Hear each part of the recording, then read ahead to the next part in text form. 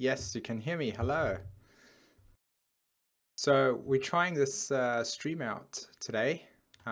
This is the first time that I'm doing this, so bear with me while we try to get things all sorted and ready to go. Have a look if we can actually hear each other. Hear me. Hello. There we go.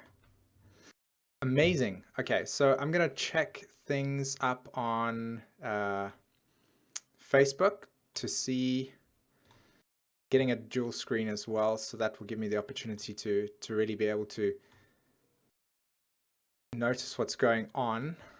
Let's do that over there. Let's close that. Okay.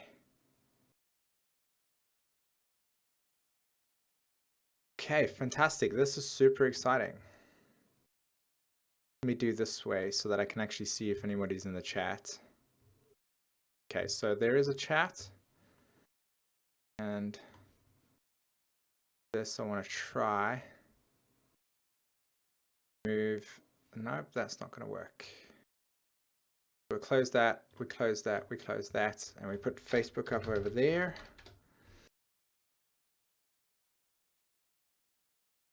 Amazing. So now what we do is we go to Facebook. Anybody in the live chat?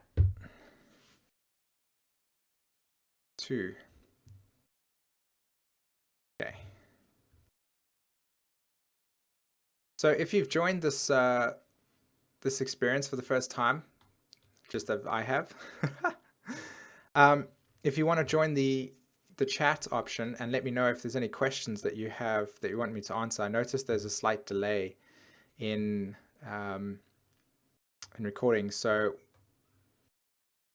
whatever I'm doing comes out at least a minute later, or not a minute later. That's actually ridiculous. That's about a couple of seconds later, basically.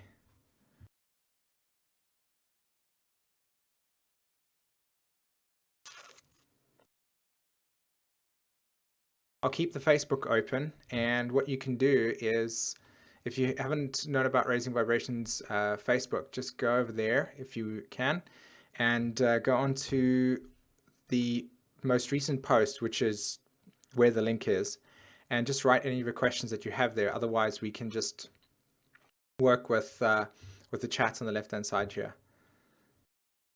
So I'm thinking of doing chart of the day with everybody today and just kind of opening up with some of my thoughts regarding that. And maybe sharing with you some other stuff that I've recently felt inspired to share, which is about, if I get up the picture over here, it's like polarity and balance and the human spectrum. And I think that this is something that's actually pretty important for us to know when we're going through our lives and we're trying to understand our connection to the cosmos and what it is that we actually are versus just maybe some of the stuff that we get programmed to believe us to be. So thinking of doing that as well. I'm just busy trying to make sure that the stream is working optimal at this stage, as I said before. Okay, add delay. Nope.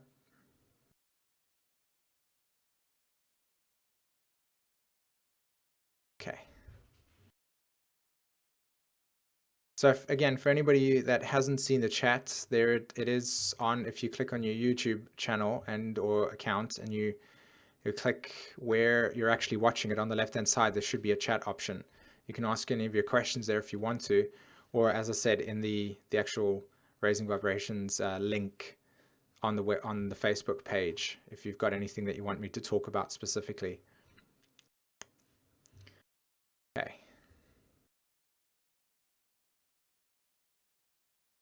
So let's have a look here. What I'm going to do is click on that.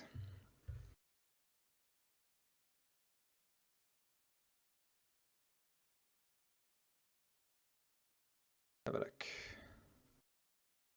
So we've actually got some interesting astrological alignments happening for us over the next couple of days, and particularly also,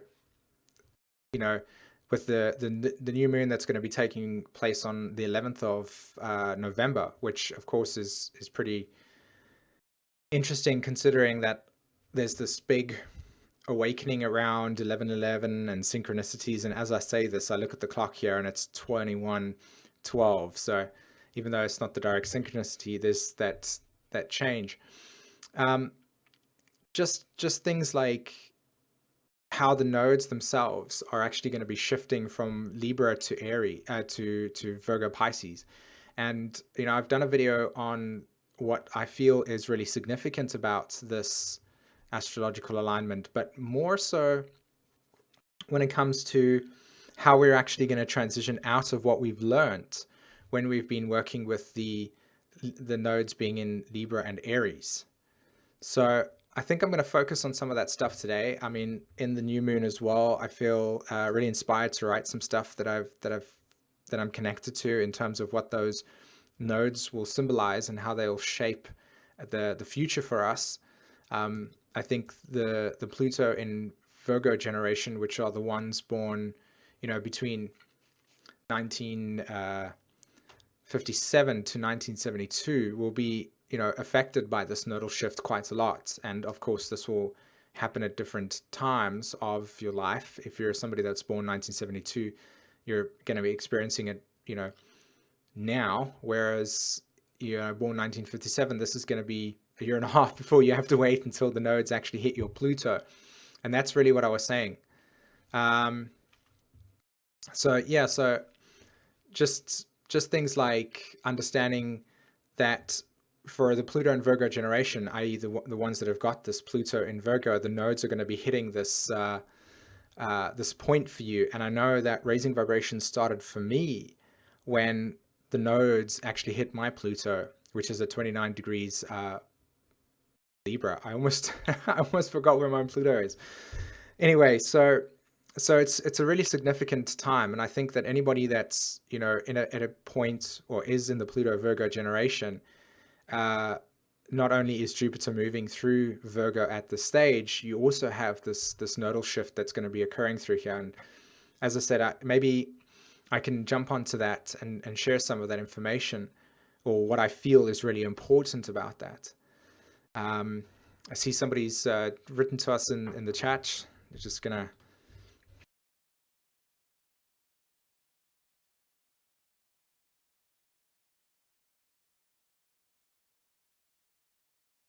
So, nodal axis, it's a big deal, I think, and I think that it's really important for us to actually acknowledge what the nodes do when they do move through different constellations.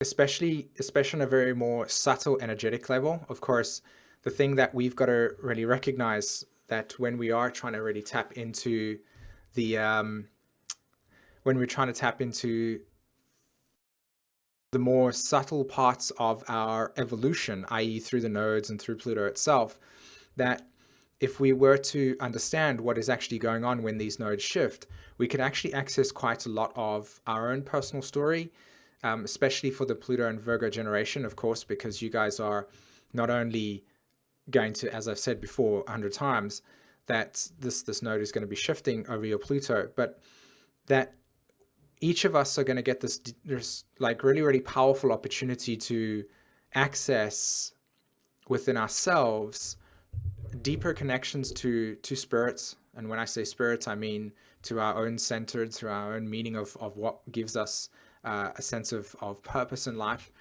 And on a more global scale, I think this will be bringing about quite a lot of crisis. There's big things to be understood about Virgo, and especially around crisis in itself. In fact, Virgo as an archetype naturally creates crisis and makes us aware of dysfunction, so that we are able to actually not only tap into where we can like streamline stuff, but where we can actually find things that are not maybe working as efficiently as we would like it to. Now, if we had to kind of step up a gear here and really access the highest meaning of Virgo, it's a lot about healing, which in itself I think is a term that can be broadly used in anything. What do you mean by healing in that way? And I think that healing in itself is, through my perception, is the realization of not only your connection back to your own centeredness, your own beingness, your own God, as it were, or inner silence, however you wish to define it, but firstly, that reconnection to that. And then from there, actually understanding more along the lines of what does that mean to you?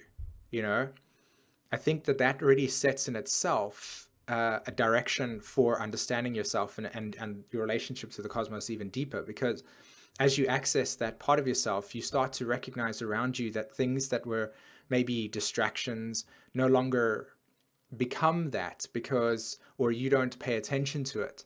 And the reason why is because you're really focused. And I think, as I'll always reference myself, and because I think it's important for us to always use our own personal experiences to convey deeper truths about what we perceive reality to be, is, for me, when the nodes went over my own Pluto and such, and in fact was, moving before it even hit my Pluto, maybe like 3 or 4 degrees before, and that would correlate to maybe like 5 or 6 months, I was already feeling the pull to want to actually actualize a direction for myself, but it was very fractal. It didn't really seem to have any sort of sense of how this was going to work. It just kind of was there. In fact, I would even say that this live streaming experience in itself is one of those moments, because this is very new. I'm actually super excited to be doing this, and yet at the same time, there's lots to learn about this experience.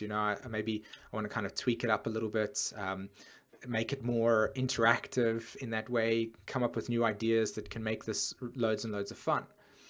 So it's kind of the same story where I'll sit here and I'll think to myself, okay, so where is this going? I feel excited about it. And the same with the nodes when they move through points in your chart, particularly, even if it hits your Neptune, or maybe even, to Mercury even, they're very different archetypes within consciousness, and yet at the same time can bring quite a lot of subtle changes in you.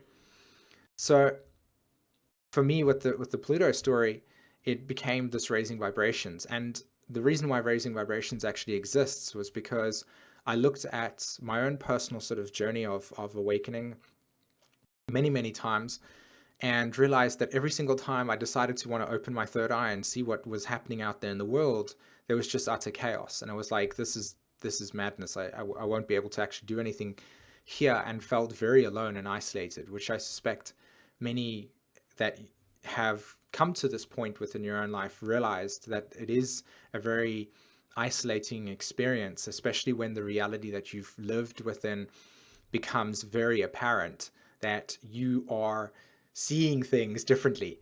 And so raising vibration starts because of this node hitting the Pluto, hitting a very powerful part of my astrology chart, and the deep self-analysis that came through that. This is what I'm connecting the Virgo to.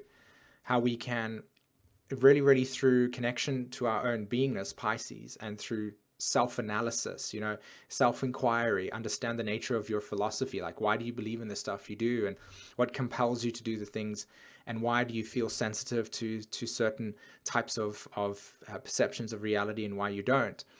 These all, when really put into a little bag, as it were, that you sort of peer into and go, oh, that's interesting, that's interesting.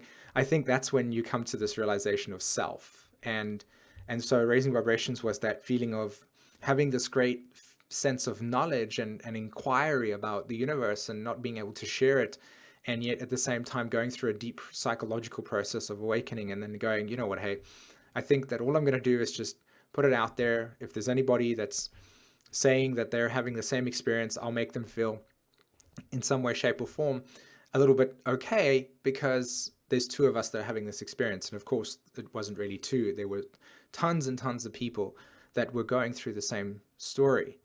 And I feel like that in itself is a really great example of understanding the profoundness that can occur through really tapping into nodes, and especially when you're having the nodal axis move through very key points like Pluto, for instance, because it literally becomes this evolution. So yeah, so interesting sort of tangent that I'm going on over here, and I really love this space, to be honest, because you guys will be able to get to see how my consciousness flows. You'll notice that it sometimes goes really fast and picks up a lot of sometimes debris along its road, and sometimes you'll be like, where is this guy going with this stuff? And eventually somewhere along the line it starts to make sense and such. So you know, just bear with me as you follow my stream of consciousness. I really hope that you enjoy it so far, and that it is this experience of random uncutness that is all about ramblings on astrology and how the cosmos works and the madness that occurs, especially in my own galaxy. So yeah, cool. Now, what was interesting about the situation is that I specifically prepared some awesome lemon juice water to make sure that my throat would not get dry, and I'd be able to, give myself the ability to really speak without feeling the need to hydrate myself, and it's not with me at this stage. So anyway, just some people in the chat.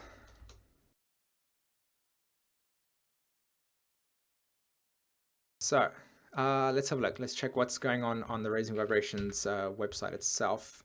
As I said, new moon's coming up on the 11th, and I'm super excited about that, to be honest. I've been reading about Chiron, and me and Jen run Raising Vibrations. She is the soul that gives me the opportunity to connect to, parts of my consciousness that really gets expanded through her own deep self-inquiry and insight. One day I'll get her on this on the stream, but she runs Raising Vibrations with me. So I would like everybody to know as well that as you see me sit here and share with you this knowledge, a lot of it comes from the vortex that we create prior to the video coming out. So she's definitely in, she aids a lot of what you see from articles and stuff like that. And we've been working and tapping into the depths of what Chiron is representing at this stage, and especially as Chiron is moving into, or not moving into, but has moved through Pisces. And there's some really profound stuff that's coming out of this exploration, especially around the nature of separation. Many of us, we understand this word maybe in a conceptual way, and we access sometimes feelings of separateness, but do we really truly understand how much of that is perpetuated through and so most of us, I live in Sweden, so I'm part of that Western culture to a certain degree. How much of our reality is consistently bombarding us with the separation, and that parts of ourselves have become, or a majority of ourselves have become, so desensitized to the relationship towards our connection to ourselves and to what I would say nature, because nature and ourselves are connected. There cannot be any division. It's only perception through the duality of the eyes. So like I said, do we really truly understand the depth of what's occurring through separateness, and how much of that is, like I said, consistently perpetuated through things like the Jungle Book? And this is a great example, actually.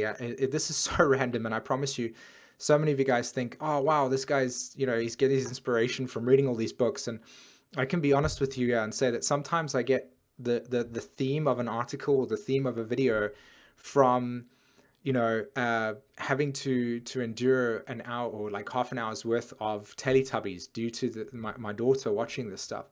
Or Noddy, for instance, and it's hilarious, but it's the truth, because what generally happens is that because my third eye is open and I'm seeing beyond what's being revealed here, I notice the kind of programming behind the story, and then it goes, oh, that's where that separateness comes from, or he has a relationship to another person over there, and that's the missing father archetype that is being played out, and it comes through to me in those random ways.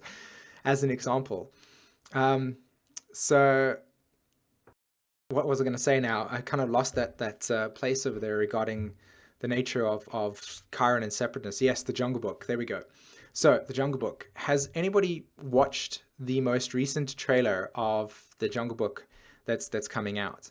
2015, 2016. And then compare it against the Jungle Book that was created, you know, originally, you know, where the cartoon animation is, you know, you can see it's hand drawn. There's no sort of there's no computer animation CGI. Now, you can notice, now that's not important. The point is here is that you have these two different versions of the same thing, right? The Jungle Book in itself. I highly recommend that you go out and check this out. Go watch the trailer of the new one and kind of just try it twice, okay? Close your eyes and just listen to it, and then open your eye and watch it, and open your eyes and then watch it again, but feeling your sacral chakra, okay? Right in your stomach, the emotional place. And then watch the old version, and you'll actually notice how much and how intense not only the sounds are, but the violence that gets imprinted when watching this new version. It's actually pretty intense. And how much of, you know, just listening to how your body reacts, you know, because remember, you're an energetic being, you know, the physical entity that it is, that yourself here.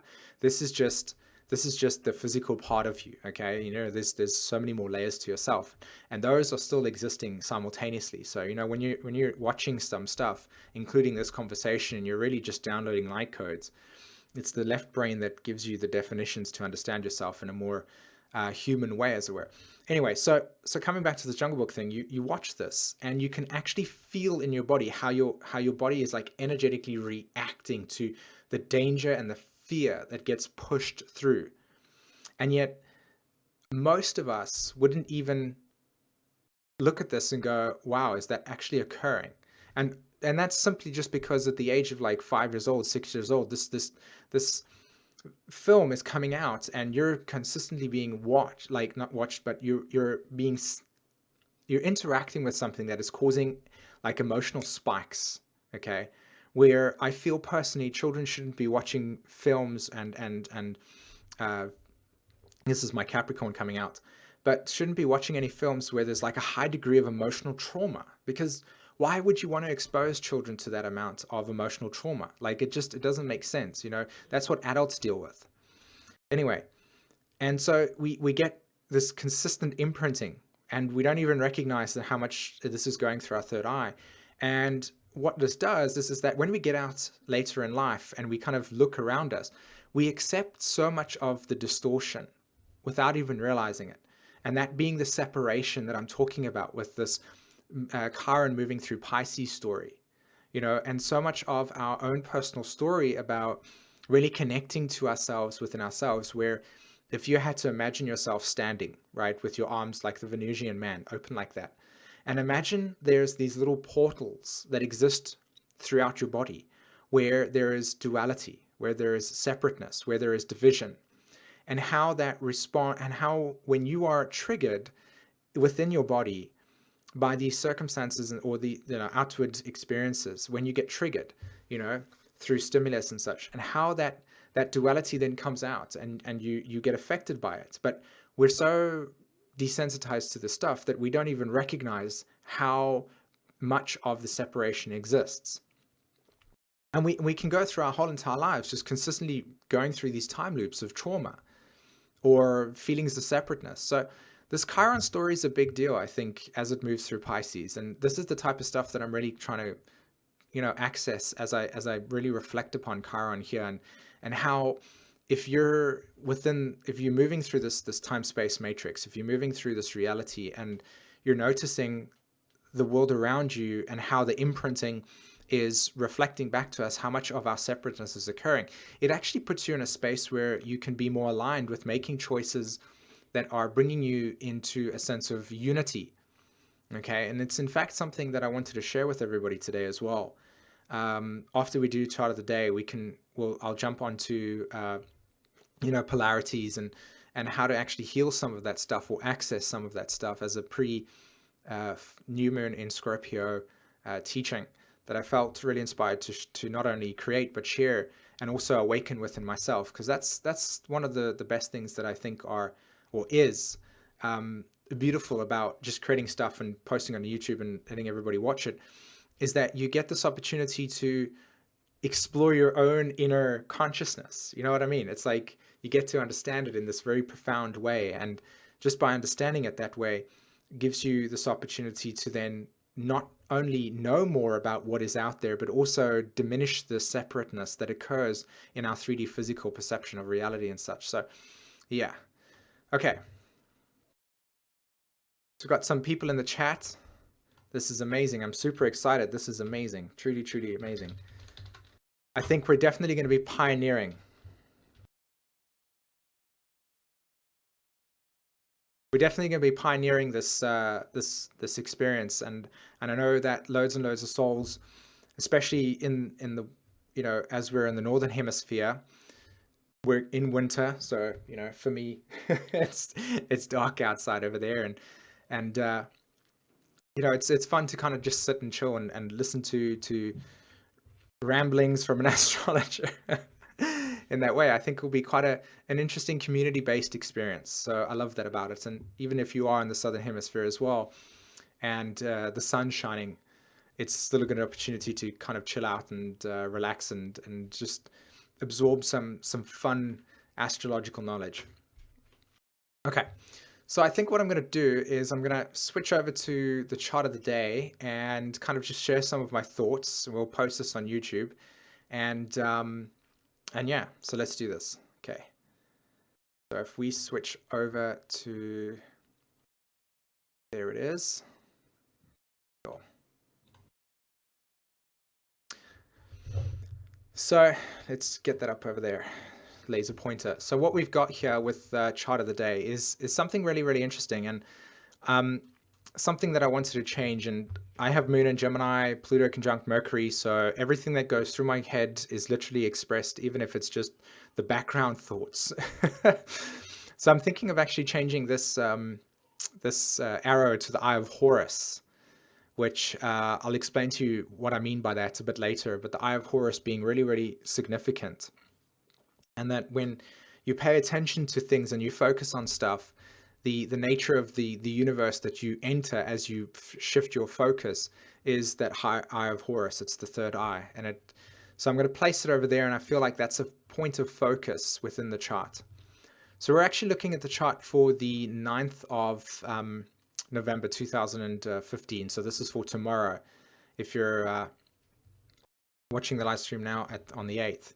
So we've got the sun still in Scorpio at 16 degrees, and we've got the moon in Libra, which is over there, 22 degrees. And there's not much activity, in my opinion, regarding those two signs, or should I say those two lunar and solar symbols. For me, the thing that's really significant in one way, shape, or form is the fact that the moon is what is called balsamic phase to the sun.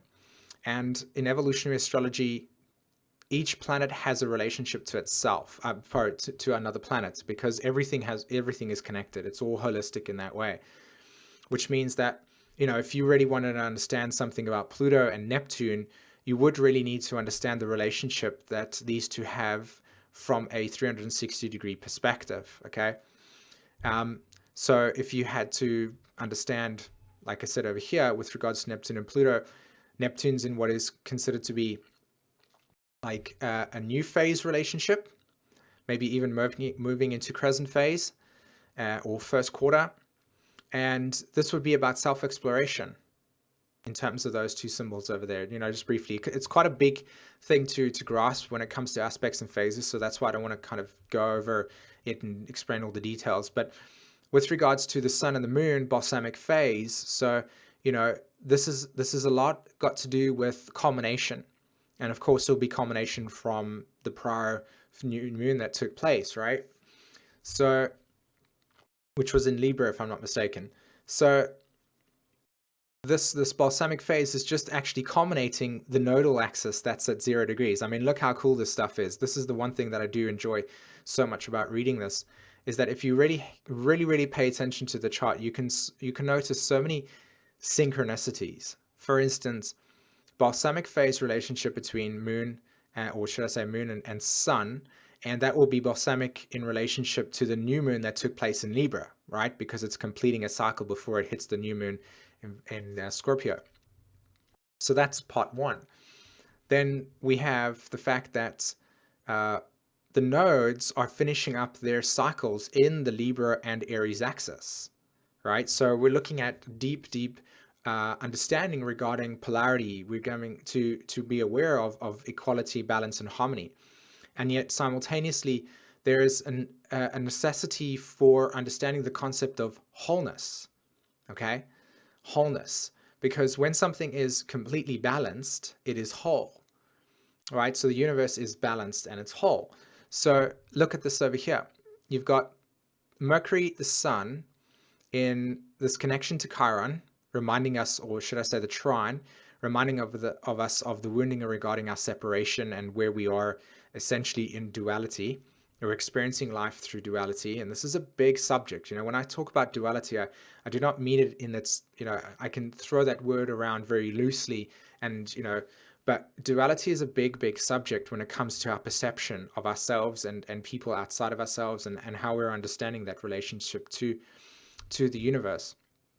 So again, not something to get into right now, but making the trines to Chiron, and of course Mercury itself is actually in a balsamic phase to the sun as well, right?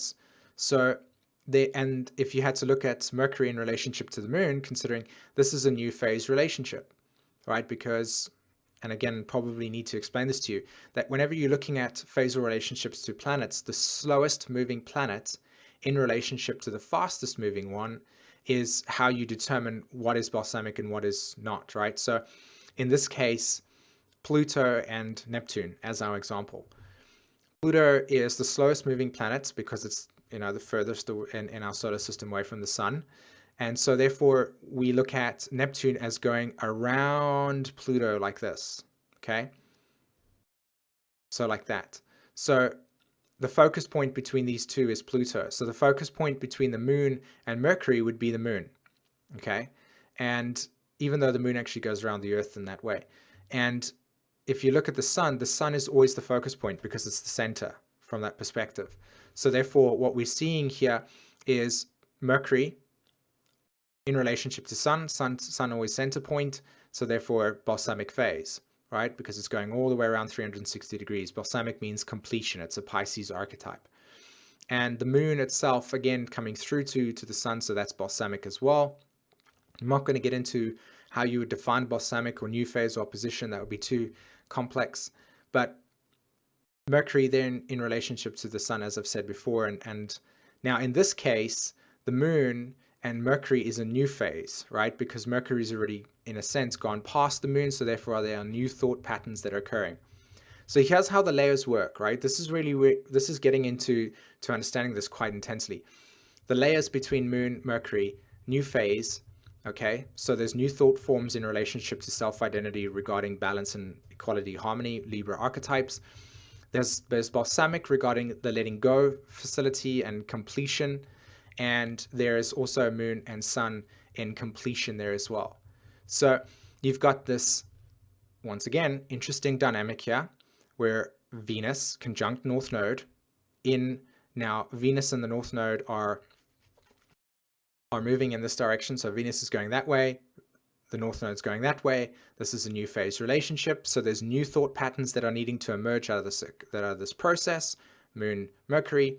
And yet at the same time, the nodes are moving that way, completing an entire cycle, leaving the Libra Aries axis, creating the necessity for completion.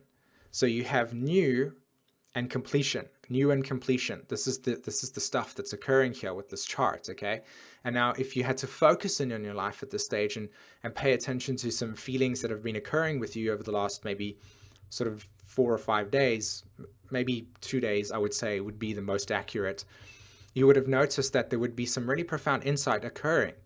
And I'm going to share with you my own insight that has occurred through this process. So completion and new, okay? Now let's think about this, guys. If we have something that's completing it, there would need to be a kind of returning. So there's a necessity for feminine archetype here of returning back to one's inner sense of identity and actually merging it back with a deeper sense of knowing, right? It's a letting go process. It's like, okay, I extracted the knowledge. The best way I can actually understand or share this type of information would be if you had to read a book. You start at the beginning, you have no idea of what the plot's like, you have no idea how the characters are going to unfold, you just know that there's something here that you would like to discover, and so you begin reading it. And then as you finish the book, you come to the last page, and there's this part of you that goes, wow, that was amazing. You've gone through that whole entire cycle, and you complete it by reflecting. And usually, even if you watch the end of a film, there's always like people reflecting upon what has occurred. And that becomes then the symbiotic merging or osmosis from experience into cellular memory. So what you have here is an entire chapter of knowledge being assimilated into our state of being so that we can then prepare for another cycle to occur regarding the nature of Virgo Pisces, and that being the nodes, balsamic phase, all right? And then Venus now moving into Libra, not only is its home planet, but it's also past the nodal axis, saying we're now merging these new identities or these feelings of deep awareness and insight, and we're now going to pioneer with them in a new way, right? We're going to try this in a new way. And so, again, as I do with all my stuff, in order for you to really understand what I mean by this live stream is a part of that story. I'm creating a new relationship pattern to everybody that watches the YouTube channel, and not only to myself, but to you as well. And I'm exploring something new here. So this is new relationship that's being formed, and of course, a new direction that's emerging at the same time. And let's see what happens. You know what I'm saying? And the deep self-analysis was, how can I get more of my uncut version self out there, and how can everybody participate in a live way where you get that experience of what it feels like. So you can see how this is occurring visually for you right now, and how that state of being or state of mind is being, you know, expressed for you to understand it in a deeper way. And here's something that's really, really fascinating as well. Okay, if you have a look, you've got Uranus situated in Aries, all right? And he's retrograde, so he's kind of like still chilling out, saying, come on, you know, let's kind of think about things and, you know, liberate ourselves from where we feel we're stuck, etc. And you have the Sun, Mercury in Scorpio. So Aries, Scorpio, Uranus, Sun, Mercury. So what does that mean? Well, if you have a look over here, there's something really interesting. Inconjunct. There she is, right there. And that's a complete inconjunct right there. That's 16 degree. Oh, and then there's Jupiter on the other side, making the inconjunct there, calling a finger of God, right? The Yod. Now, if any of you guys can remember when we did this to begin with, we let me just check the chat quickly just to make sure that everybody's, you know, still here. Live stream, there we go. Okay, so everybody can still hear me, which is good stuff.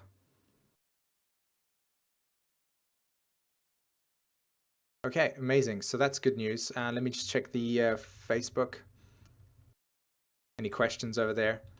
If you guys got any questions that you want me to answer and address, I'm super, super excited about doing that, by the way. So, okay, cool. Let's do this. Let's go back to... Okay. Okay, so what we've got here is this Scorpio Aries stuff and the inconjunct that's going on over there. Now, in Plutonian astrology, or evolutionary astrology from the perspective of Jeffrey Wolf Green, we have this dual desire that exists within us all the time, okay?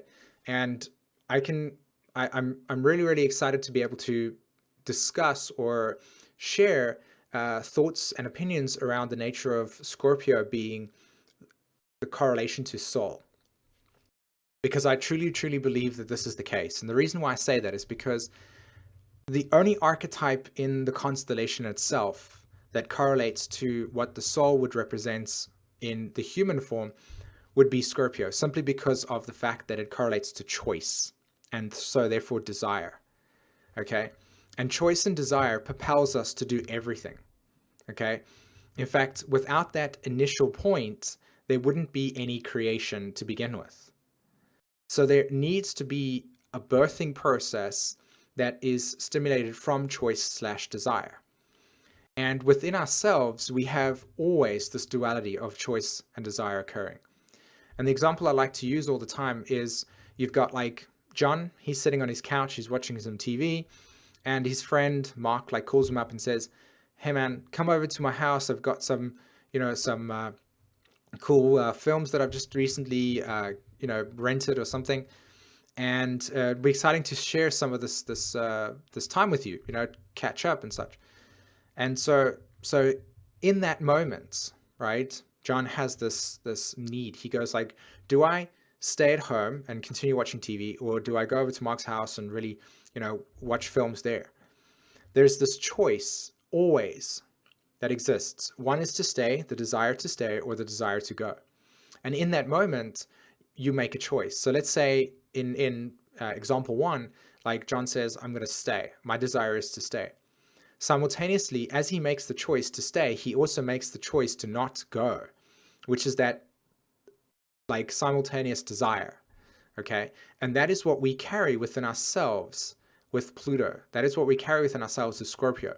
We can either choose to separate ourselves from where we are currently and go in a direction that is Aries. Okay.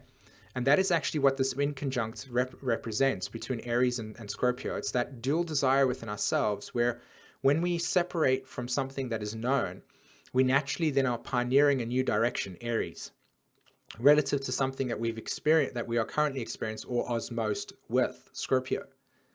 So you can see here, that's what's really interesting about this symbolism is that not only is this balsamic phase occurring, but there's also this new phase that's also occurring here as well.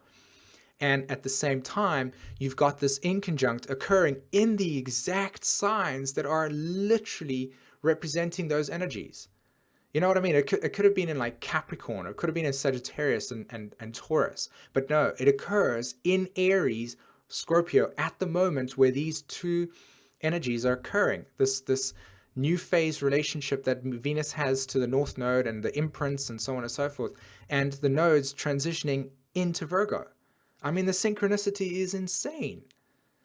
How awesome is that to be able to actually understand how those symbols are synchronized to the point where we are literally like experiencing these old thought patterns and ideas and identities and way that we've related to ourselves like die out, and the definitions die out, and at the same time have this opportunity to jump into the abyss and go, "I've never explored this before. I don't know what it's like, but I'm going to try it out because it seems exciting.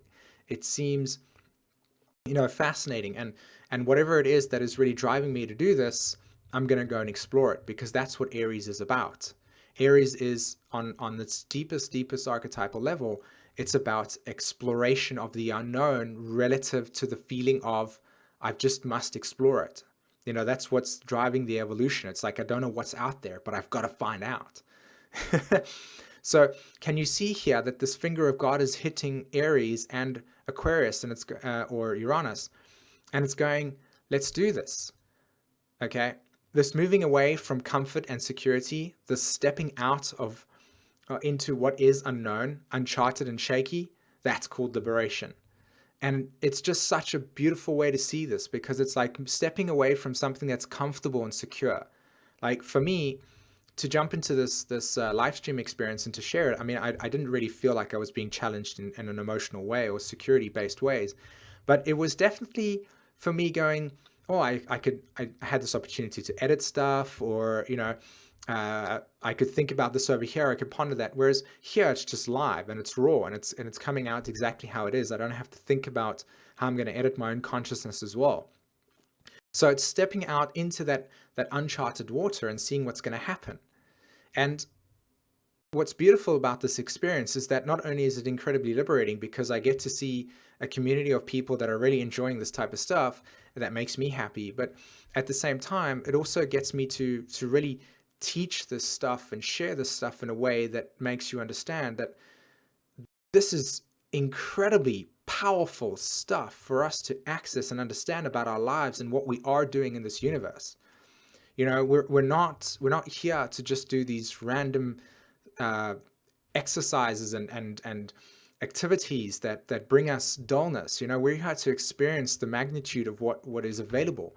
And just seeing synchronicity occur like that in this chart for in itself is that realization of unity, that realization of something more than what we think is going on here. And that's really what I wanted to actually tap into when I was talking about the Chiron and the finding of the God in that sense, or the source, or this beautiful intelligence that we are and that we are connected to because it's in ourselves. And to have that objectified in a way where the third dimensional brain can conceptualize it and go, you know what, hey, maybe there is more to this experience than what I've been told or what I've been, led to believe. And maybe if I could access parts of myself that realize that I'm more greater than this idea of or this box that I've been placed into regarding gender role assignment and whatever else that you can think of, if I can liberate myself from that, if I can access that part of myself where I'm free emotionally, spiritually, and mentally from the chains, then I've found liberation. Then I've found my source. I've found my soul. And to just actually be. And I think that that's such a great way to understand maybe even this quincunx that's happening over here between Aries and Virgo, and especially the trine that's also occurring over here between Jupiter and Pluto. So you've got this earth element happening there with the Jupiter-Pluto stuff, and then you've also got the fact that Uranus is connected to it there in Aries. So you've got Aries, Virgo, and Capricorn. Capricorn, Aries, new direction, breaking away from the past. Virgo, the necessity for self-analysis or environmental feedback. That's why the chat's open at this stage, because I'm literally showing you that what happens is that you can say, okay, guys, is there anything now that you want me to try out? Is there any suggestions? Is there anything that you want me to maybe adjust that's more like this? That's the Virgo. I'm trying this new direction out, and then you get environmental feedback to adjust in accordance with what is working and what isn't working. And especially when it comes to relationships as well, because we're dealing with a very interesting, Libra story here. This whole exercise of balance, equality, and wholeness can be found through environmental feedback. We get that environmental feedback when we're paying attention to what is being responded to us. So when we, on a more sort of like electric level, when we discharge ourselves, so when we lend out information, so like right now I'm discharging myself because I'm sharing information that is coming from my electrical field. Of course, everybody's going to observe osmose with that, and then they're going to turn that into a response. Let's not get too technical here, but that's actually what's going on. We're electrical beings in that sense. So every charge that I let off, it comes back to me based on whatever it's responding off. So that Virgo archetype is so much about how can I get that environmental feedback, especially when it comes to the inconjunct over here. That's so much about that. How can I go in this direction, get environmental feedback, and then adjust myself in accordance with what is working and what isn't working? And it's fascinating because if you observe your universe through this perspective, you can actually see how much guidance is actually being given to you in each moment from your own self, because you are self and everything is self. So therefore, everything that it is that you are vibrating off is going to reflect back to you through the universe in that way anyway. And it's just this beautiful essence of consistently being supported. And it's fascinating that if we tap into this state of being within ourselves and we understand it and we filter it through the consciousness of these planetary archetypes and what they represent to us, there's tons and tons and tons of self-awareness that comes through this. And this is just a simple chart of the day that I've felt inspired to share what's coming through to me. And this is half of the stuff that I can actually see here. But yeah. The new moon is coming out on the 11th, so that's 11th of November. I'm going to write an article about that as well. I think I'm going to focus a lot on Chiron for what I would suggest for everybody to do when this new moon comes about in terms of setting intention is really accessing for the next month. I mean, the sun's been in Scorpio, so we've really been digging deep within our own internal psychology. But if we can access how to re-empower ourselves, okay? I think this is a really big deal when it comes to understanding the nature of the human condition. I'm going to quickly switch back over to the normal screen, the live share, and kind of just pay attention a little bit to re-empowerment and how important it is for me to, not for me, but for us as human beings, to be able to understand that when we are empowering ourselves through this human experience, we're healing our heart, we're understanding our relationship to others through compassion, which is essentially ourselves. And if we truly recognize that if we could let go of the types of consciousnesses around victimization, a lot of us still feel sometimes victimized by life. And a lot of that actually comes through the separation and the forgetfulness that occurs as a baby.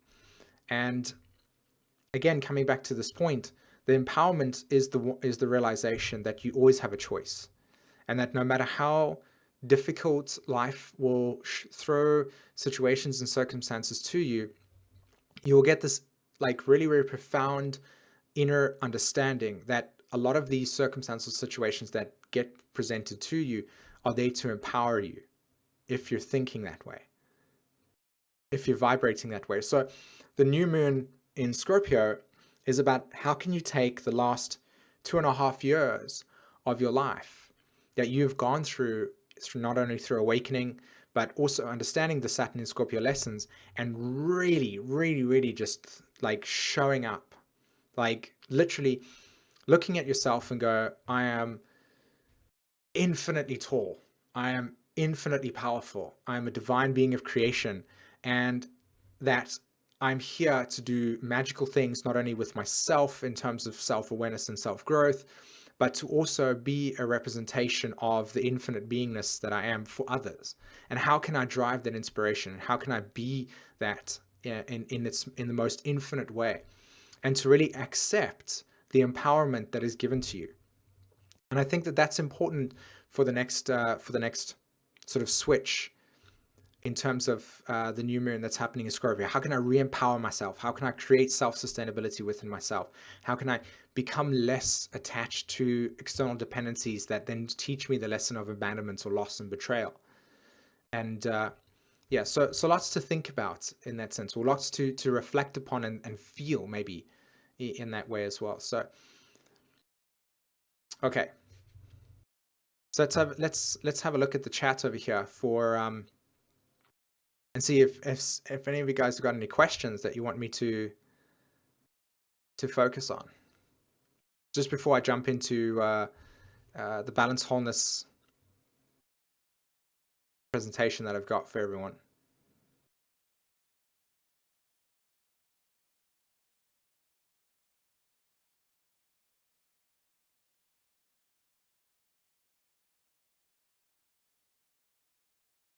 Yeah, so lots of souls with their Jupiter and Moon in Virgo as well, so you'll definitely be experiencing this stuff.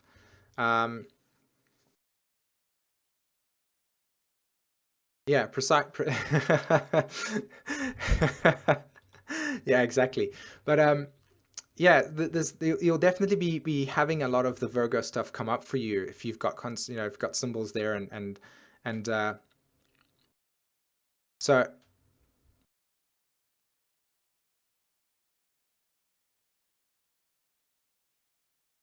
So let me understand that.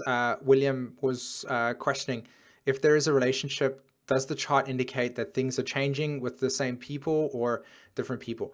Well, let me see if I can answer this correctly. The way I see the shift, at least from the nodes itself and Venus moving in, I see it more along the lines of actually just,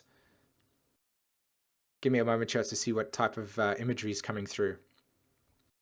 I see it in the sense that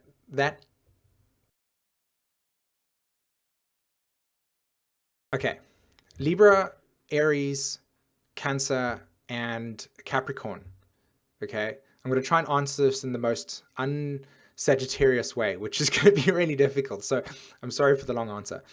But whenever you think of the signs Libra, or yeah, particularly Libra, because it obviously correlates to new relationships, Capricorn, Aries, and Cancer were always needing to be taken into account. And so what those represent is the nature of the shift in ego, okay, and the identification that we have to others. And so if you did go through anything during this nodal axis shift that stopped you from interacting with people that are, or finding common ground in yeah, exactly. So for if it stopped you from, or you felt a shift within your own identity that stopped you from interacting with people that were, yet you were in relationships with prior to the nodes, completing, then yes, I would say that a lot of people will be changing relationships. I would say that a lot of people will be choosing to want to move in different directions because their interest would have changed over the last 2.5 years, or should I say 1.5 years, pardon me, in the sense that relationships could actually become stronger, where there wouldn't be a change in that way, but there would be a strengthening. For myself and Jen, there's definitely been a strengthening in relationship, especially around a deeper awareness around our own personal egos and how they interact with each other. And I think that, yeah, I think that there will definitely be a shift. Absolutely. I definitely think that there will be different people that will come into your life because you're wanting to create new communities. I know for myself, as I've started to work a lot with trying to promote community work and such, that new people will come in and you'll start to gain new momentum with new types of souls that maybe vibrate on the same frequency as yourself. And you will definitely deepen your connections to other people. So I hope that kind of answers that question in a way that's clear. Anybody else got any questions? So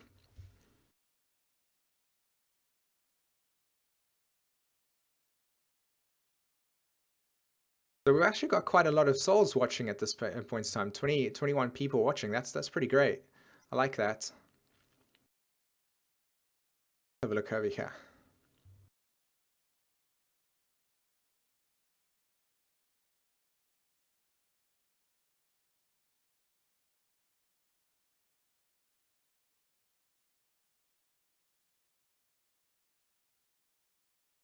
I would say that completely depends on what's happened. For me personally, I've spoken to a lot of um, souls that, okay, it will definitely depend on the composite Pluto that you have in your birth chart, in your connection charts. If you've got, say for instance, 11th house Pluto as your relationship, as your composite Pluto, you and your partner or whoever, then that could actually promote quite a lot of physical separations. Yeah, so it is an individual experience. Now, what I would say is that if there is going to be a physical separation, that could actually be an opportunity for objective emotions to be reflected upon, and then maybe there would be a sense of unity that could occur, because you would go, okay, what happens if you guys both reflect on some stuff, you recognize that parts of yourselves were a little bit out of alignment, maybe there's duality, maybe you felt wrongly done, and now you've aired the emotions, and you feel like you're wanting to give the relationship an opportunity to go ahead again. I definitely think there can be an opportunity, and that's what I really want to promote maybe in my answer, is that there's a part of me that feels like you are in control. And I definitely think that you should analyze the nature of what's independently going on within yourself, or maybe if you're speaking on a friend's behalf, and make the decision within your own space, and not really allow external authorities to really tell you what to do. I feel it's really important for you to step into your own sovereignty and recognize that you still have the power and control. And even though the planets themselves do promote energies that make us awake to the archetypes within ourselves, we still are definitely in control of it. Right, exactly.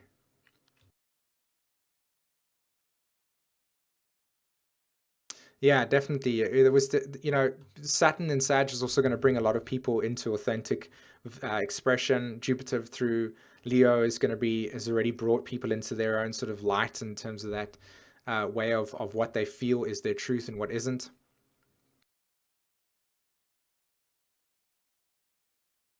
Okay. Okay. What happens if Chiron is the apex? I mean, that's a really, really big thing, to be honest. If Chiron's on an apex of the ode, I would think that, yes, that is correct. Yes. I answered to a question over there without even completing the previous one. I do apologize. Um, this is in relationship to a general question about Chiron and the apex. Yes, it is the truth. Um, Chiron is a big deal when it comes to the apex. You're really, what basically happens here is that Chiron is not really seen within your consciousness. So there'll be circumstances and situations that will occur in your life that you will not know why they happen, and then only through deep self-analysis and trying to really access um, a more transcendental understanding, i.e., thinking outside time and space. Maybe, is this happening in this lifetime, or is it happened in a past lifetime that is bled over into this lifetime, and so therefore you've got to heal it and such. Like, that would be a way to really understand if Chiron was at the apex, that Chiron story, and then understanding what the apex of the ode means, which in this particular instance is literally the finger of God saying you've got to really focus on this aspect here, whatever sign it's in as well. And yeah, not more than I can say than that, just because I don't want to kind of give information that is not available based on what the chart there is. Okay. Yes, astrology works directly through the pineal gland. Yes, I would actually say that it's not necessarily light emitted off the planets, but more along the lines of the sun. The sun is the transformer.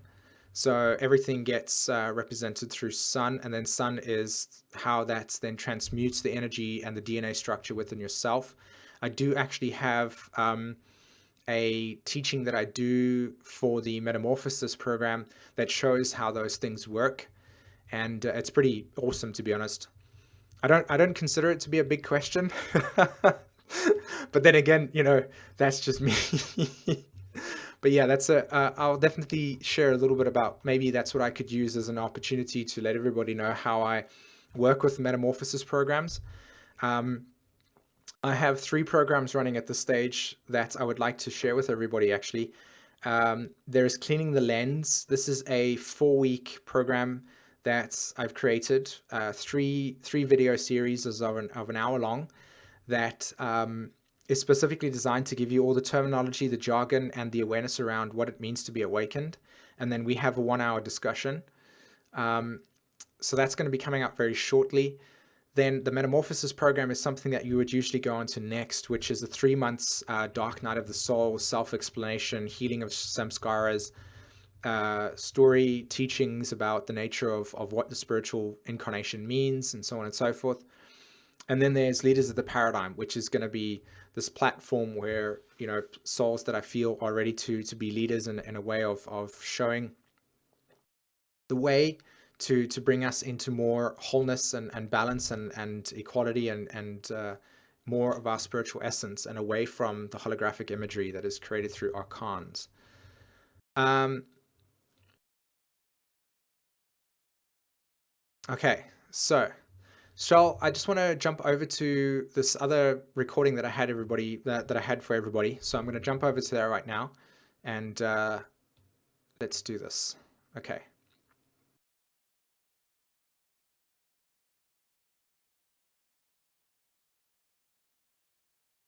Okay.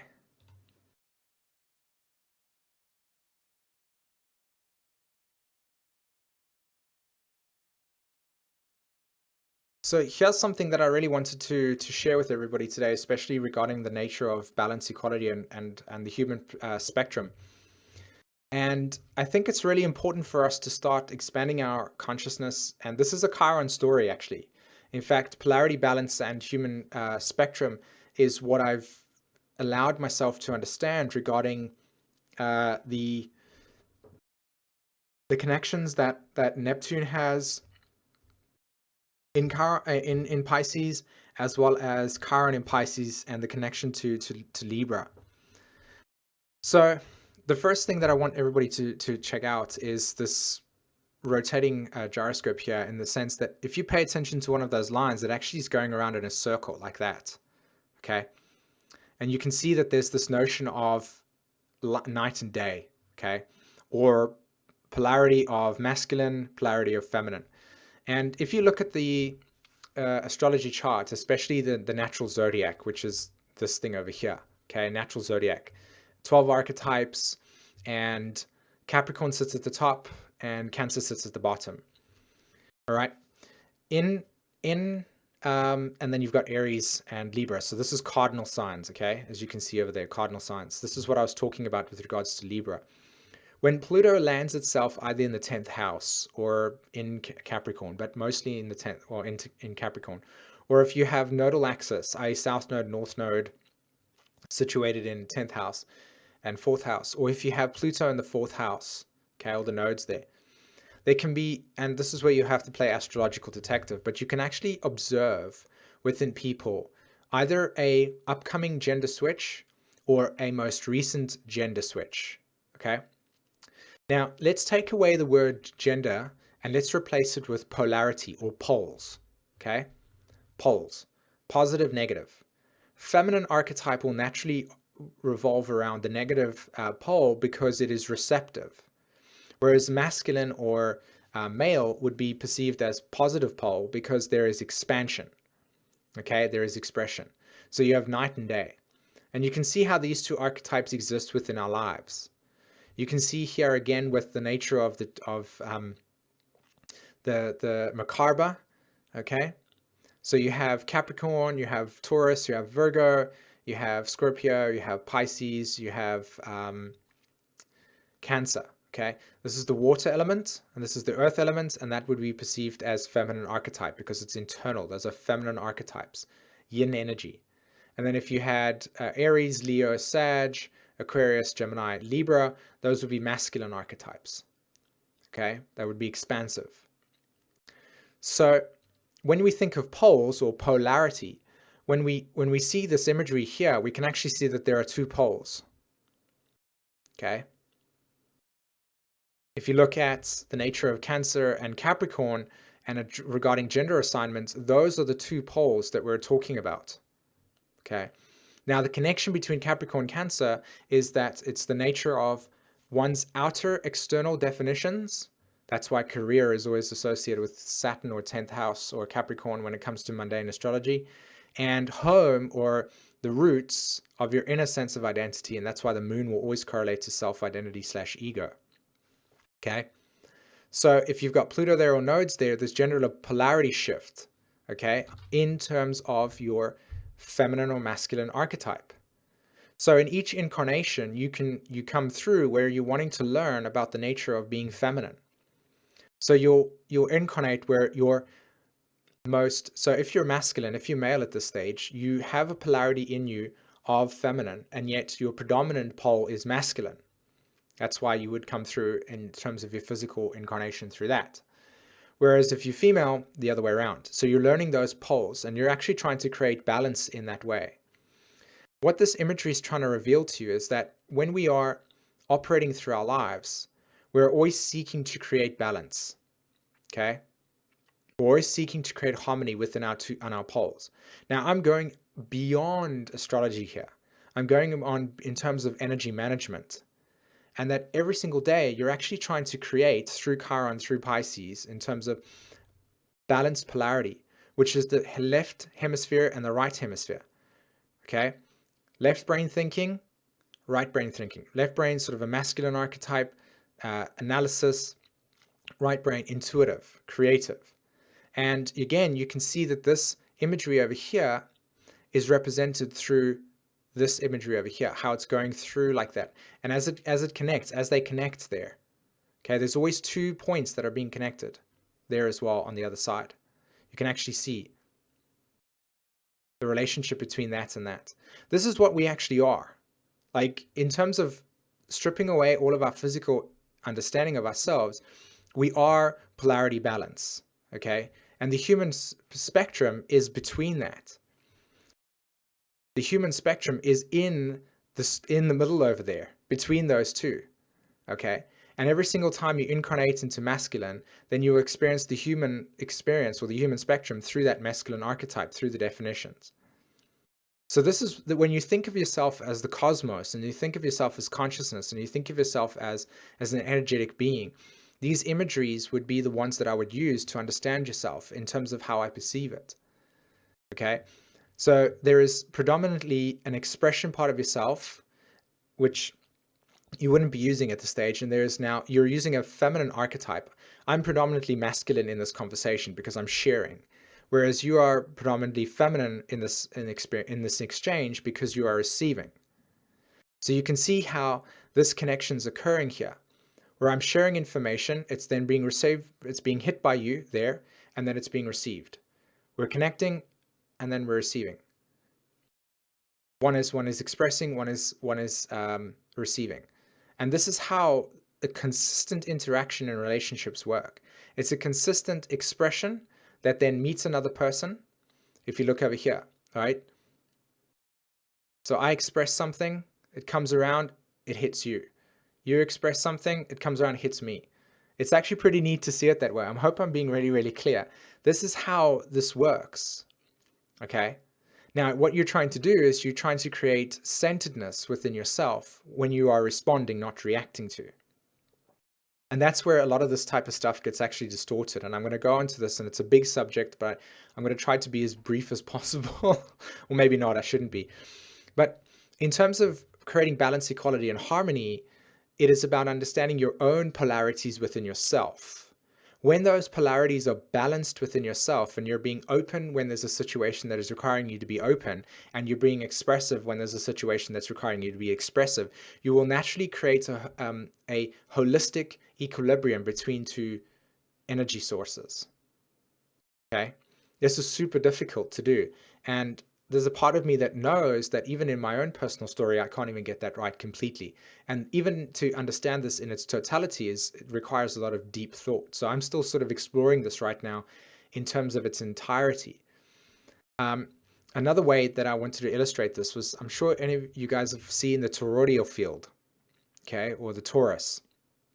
Not as in the constellation Taurus, but the Taurus. So you have the energy center in the heart, and of course, then that funnels through the top and the bottom. Here's another way to understand this process. You are the entire universe. You have the polarity of feminine at the bottom, and you have the polarity of masculine at the top. And this is what keeps you in check. And in the middle, you have you, which is the electromagnetic spectrum. Okay, the 7 chakras that are connected to the other 2 colors, which is black and white, right?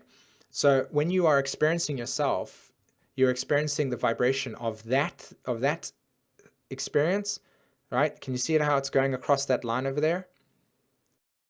It's going across. Let's do it. It's going across, then it's coming around. It's coming around. It's going around to the back end over there. It's hitting it. That over there is this over here. This is what essentially you are every single day when you're expressing your energetic vibration. And the middle line is the energetic expression. That the chakras, the electromagnetic spectrum, is what gets created through light bouncing up and down like that between 2 poles. So the same thing happens when you're in a relationship between 2 people. Obviously, 2 people, right? You're expressing yourself that then hits a point. That point then comes back, and the light that gets bounced between the 2 people like that is what creates the universe in which you exist within. That will be the dynamics between the 2 people in a relationship. So if one person withdraws their response or doesn't interact with it, then the light that gets shone through there will just hit, it won't come back, therefore stopping the electromagnetic frequency from occurring, i.e. that the visible earth in which you're experiencing your life through does not exist. Just like we're doing right now, because I'm literally emitting a frequency going like that, which is then being received from you, you're interacting with it back, which is sending back the information. And this experience we are having right now is the electromagnetic field that we are literally interacting with, the spectrum of light, the 2 poles. And it's the same thing here again. This is the archetype of the macabre, and these two poles are spinning. One is spinning that way anti-clockwise, and the other one is spinning clockwise. And the polarity that gets, or the energy that gets created through those spinning vortex in the middle is the human experience. This is the chakra system. This is the journey. So the human spectrum is the polarity and the poles that exist at the top of us and at the bottom of us. This is our center point, and we are in the middle experiencing it there. And that is, again, another interesting experience of the toroidal field. As feminine expresses itself, it gets received. Masculine expresses itself, it gets received, and the interchange is in the middle. That's where the co-creation exists, the third expression. So even if you see the Vesica Pisces as an example. So what I wanted to share with you here in this very uncut version of information that I'm putting across to you guys is that the spiral field, or phi ratio, is energy going like that. It's the same thing as that. It's just a different version of it. So it's the same thing as this, just a different version of it. This is what we are. We got the sphere. This is our world. This is our universe that we experience. And that circle that's there, everything that goes beneath it, subconscious. Everything that goes top of it, conscious. And we're consistently oscillating between our subconscious and reflective mind and our expressive conscious mind. And our point is to remain in the neutrality, where we're completely neutral, i.e. that bridge over there is completely centered like this. When you're operating in this dimension and this vibration, then you're completely balanced. The charge between negative and positive is completely balanced. There's no too much positivity creating a short circuit, or too much negativity, or too much introversion, and so on and so forth. So I'm going to refine this a little bit more, and I'll do the YouTube video where there's more information on it. But I just wanted to share that with you guys, just to let you know where my head's at regarding this new information that's being presented in that way.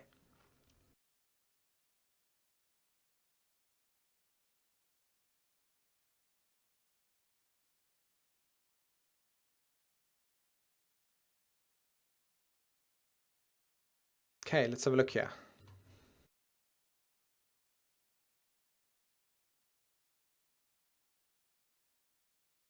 Just going to quickly scroll up and see how this is working.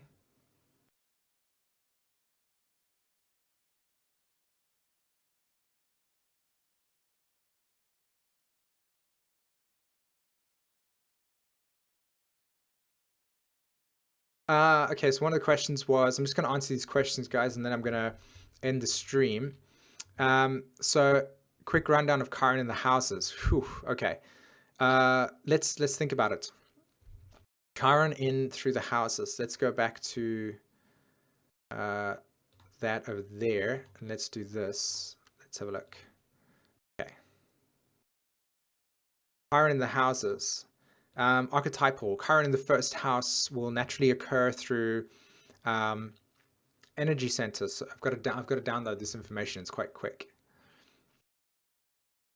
Definitely trauma and separation and sensitivity around the home, around the fourth house. If you had Chiron in the fourth, Chiron in the third would be the nature of the mind. So sometimes it can be wounding around rejection, around thoughts. Maybe there's an internalization of negativity around thoughts, maybe not being heard. Taurus in the second house can range from souls that have got really extreme sensitivities towards their physical body, regarding foods, even their needs, resources. They can be really, really terrible at looking after themselves, or incredibly difficult or challenged regarding holding on to a lot of stuff. Values and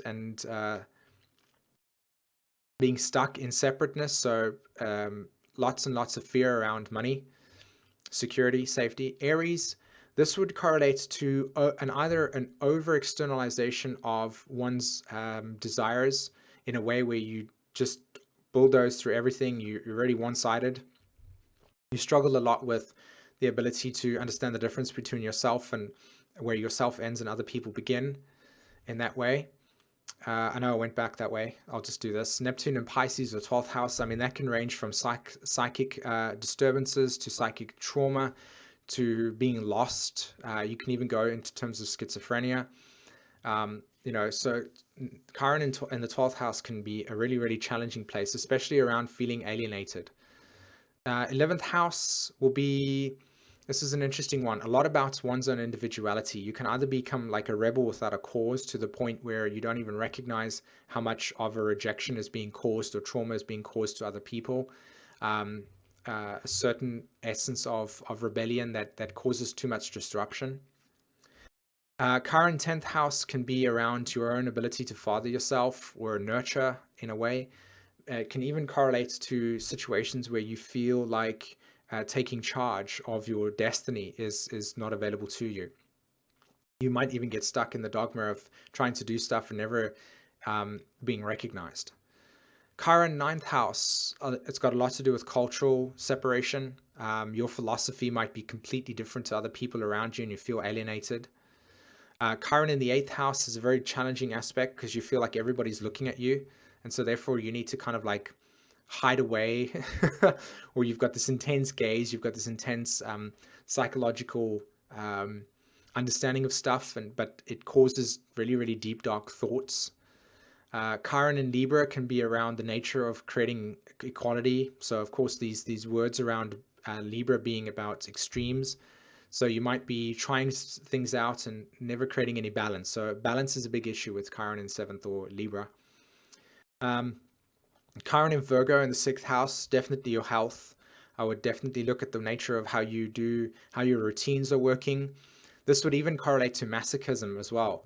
Masochism and sadism, like deep feelings of lack and inability to feel like you're worth it. You could also be somebody that would start a million projects and never end them because you get too overwhelmed by it. Leo, Chiron and Leo, definitely around the nature of not being seen. Children would be a big issue here as well. There could be a warning around sensitivity of maybe loss of a child, or maybe yourself being in a family of like 5 people and you're the only one that's really, really creative and nobody sees you. So there's a lot about self-validation here in Chiron and Leo. Okay, cool. So let's go back to live stream. Let's have a look. Okay.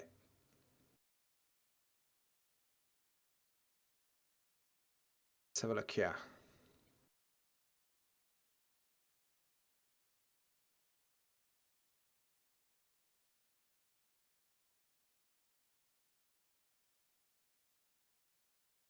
Chiron Aquarius, family life abusive. Yep.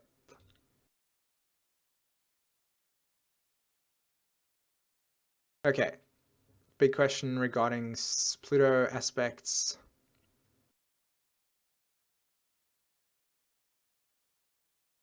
Chiron in the 4th house can be a hard placement. Yes, really, really challenging. Especially in Aquarius, if you've got Chiron in Aquarius. There's a trauma signature there, definitely.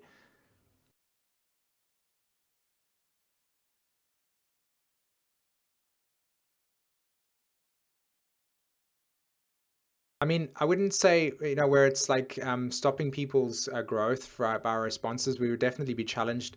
If we're not offering our response to people in some way, they wouldn't be able to know where their own like space is. It's only if you're really interested in doing that.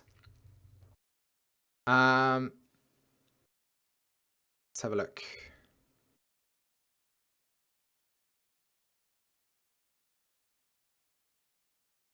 Lots of Chiron stuff. Yeah, Chiron's coming up. It's really amazing.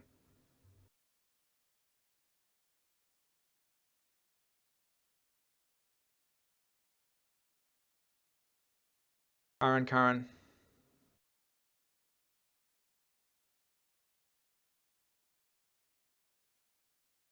Chiron in the 8th house. Yep. If Chiron's retrograde, it just means that you guys are. I mean, I have Chiron retrograde in my chart, so that's an aspect that you have to deal with quite a lot when it comes to wounding around individuation. Whenever you got a planet that's retrograde in your chart, it correlates to individuation. It's like peeling an onion. You think you've got it, and then all of a sudden there's another layer to the situation, and eventually over your life, you come to realize that it was really just about, you know. Understanding that you're trying to let go of consensus thinking and you're trying to express that archetype and energy in a way that is how you want to express it and not how it's been done in the past. So if you've got retrogrades, and particularly Chiron retrograde, it will imply that necessity to really individuate your sensitivity or energetic sensitivity, because Chiron again is like an energetic sensitizer. You're very specific to how it operates, and usually you would have your Chiron wounding between the ages of about 0 to 4, or maybe even 5 or 6 months of your life, because of course you can't communicate what is important for you to your parents and your environment, and so therefore you assimilate within to yourself a feeling of abandonment, because to your parents you are, to the way that you see the cosmos, just as you've come out into this world, is like everything's unified. Why would there be separation? And then slowly but surely you start to experience separation through things that you can't express through yourself, that your environment is not able to facilitate. Vangan receives the light of the sun, but not the planets. The thing is, though, is that the sun in itself is the transformer. So everything, all the light bounces off the planets, which then gets absorbed through the sun, and the sun in itself is then what transmutes your DNA within yourself. It's how you receive that energy. So you absorb the sun's light codes and with inside of the actual. Yeah, I know what you mean completely about the astrology and how it physically works. You must remember that there is no separation between your physical body and your interdimensional bodies. So it's like there is no separation. The only thing that represents duality is through, if you see through the eyes. You have to look through your third eye to be able to understand the connection that astrology has to the physical body, and that there is no separation. There literally is no separation. It is in you and it's flowing through you. The objective perception of the planets themselves and how you interact with them will awaken within yourself deep feelings or deep understandings. So that we have a physical world and the sun beats down on us and we observe, we receive that sunlight, and that sunlight then gets activated or activates our energetic bodies. So the pineal gland is the receiver, yes.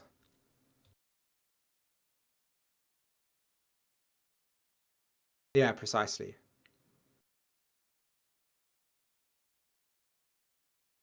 I'm really not, I really am not good at progressed charts at this stage. And this is one of my Saturn and Sag, Jupiter and Virgo things, is I want to actually create I want to learn about progressed charts and also solar arcs. So I'm going to be bringing that to this channel within the next year. So I'm hoping to get that information and know how to understand progressed and what the best career is and such. But I would honestly answer that response based on what your heart is telling you, because even though the astrology in itself can reveal to you in an objective way, your heart can never lie. So if you're following your synchronicities that are within your heart, you will always notice that you'll land up at the right place at the right time.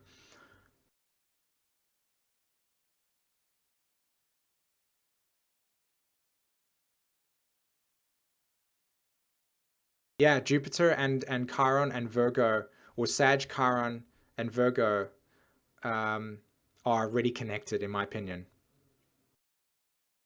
Yes, that is correct. Jupiter helps us understand the trauma lessons. Yes, that is right.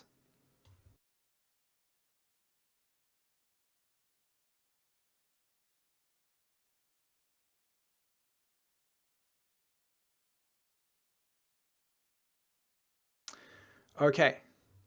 All right, let's click that. All right, guys. I'm gonna close off the stream for tonight because I need to sort out some other stuff, to do some recordings for metamorphosis and groups. But it was amazing to actually do this with everybody today. I'm super excited that loads and loads of people joined and you found a sense of community and questioning around this process. I'll definitely be doing this a lot more, and I'll just post it on the Facebook and the Raising Vibrations page, and you can check that out over there. And what else is there? What else is there? Yeah, so just check out the Facebook page, and I'll post it saying, look, we're going to go ahead in a half an hour's time and such. There are a couple of things that I wanted to share with everybody just before I go off on stream. There is another channel that I want everybody to check out, and I'm going to quickly Google it. It's an astrologer that's just recently gone through this school.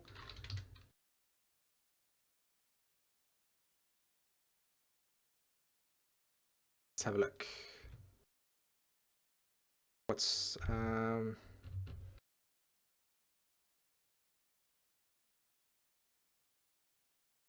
I'm just going to find this YouTube page.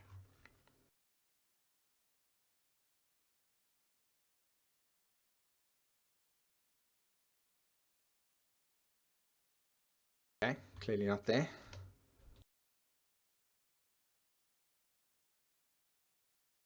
So don't forget that we've got this, got the new moon happening for us. Anybody that's interested in checking out the membership that we've got, highly recommend that.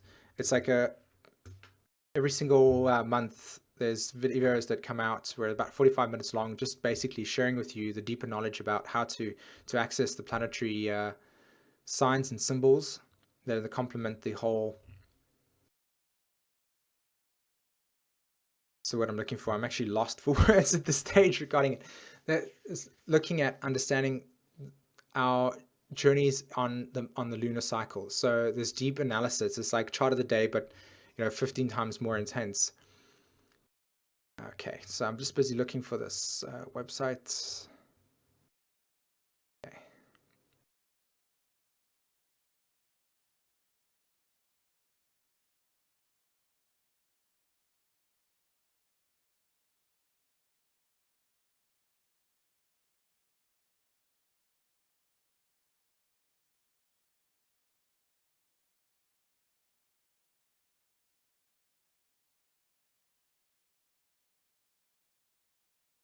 There we go.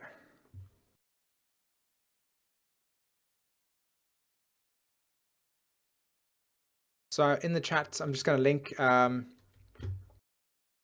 of the students that's just become an evolutionary astrologer as well, and she does yoga and stuff. So check her out. And then there's another soul that I've just recently come across today that I also highly recommend everybody check out their YouTube channel. They're a filmmaker, and give them some support. I believe that their content is really, really great. Is the chat working? Come on. There we go. 2 YouTube channels that I really, really recommend. If anybody else has got some stuff that they would like me to share with the group or anybody else, please let me know. And I'll be happily wanting to share this with everyone.